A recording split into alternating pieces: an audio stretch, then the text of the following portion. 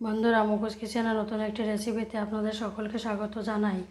এখানে রেখেছি আমি এক বাটি, ছোটো বাটির এক বাটি মুসুর ডাল, আর এখানে রেখেছি একটা কাঁচা আম। এই যে কাঁচা আমটা রেখেছি, এই আম দিয়ে আর এই মুসুর ডাল দিয়ে আজকের আমি টক ডাল, আমের টক ডাল রান্না করে দেখাবো। যা গরম পড়েছে, এই গরমেতে এরকম আম দিয়ে ডাল রান্না করে খেলে শরীরের পক্ষে খুব ভালো হবে। তাহলে চলুন দেখতে থাকুন।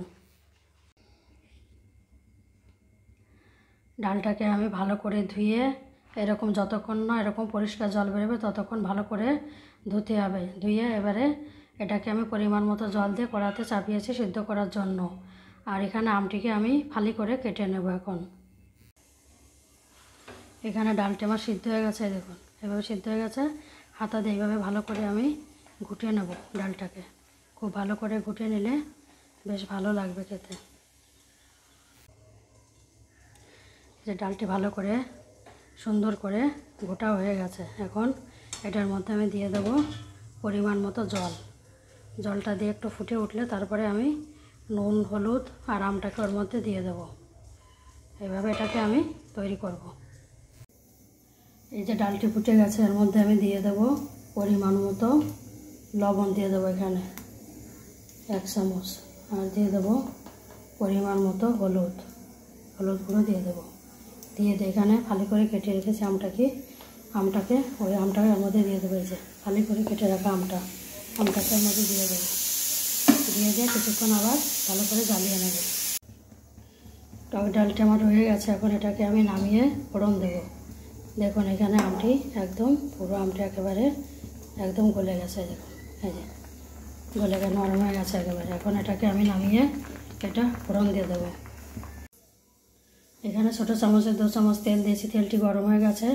এখানে রেখেছি কটা গোটা সরিষা। সরিষাটা এর মধ্যে আমি ফোড়নে দিয়ে দেবো। দিয়ে এর মধ্যে সরিষাটা ভালো করে ফুটে উঠলে এর মধ্যে আমি 1 চিমটি লবণ দিয়ে দেবো।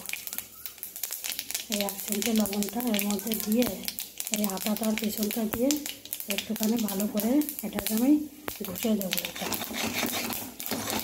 এভাবে ঘষে দেবো। এটা দিলে হবে কি, এর স্বাদটা খুব ভালো লাগবে, স্বাদটা অনেকটাই বেড়ে যাবে। এইভাবে এটাকে দিতে হবে। এভাবে দিয়ে এটাকে আমি ফোড়ন দিয়ে দেবো।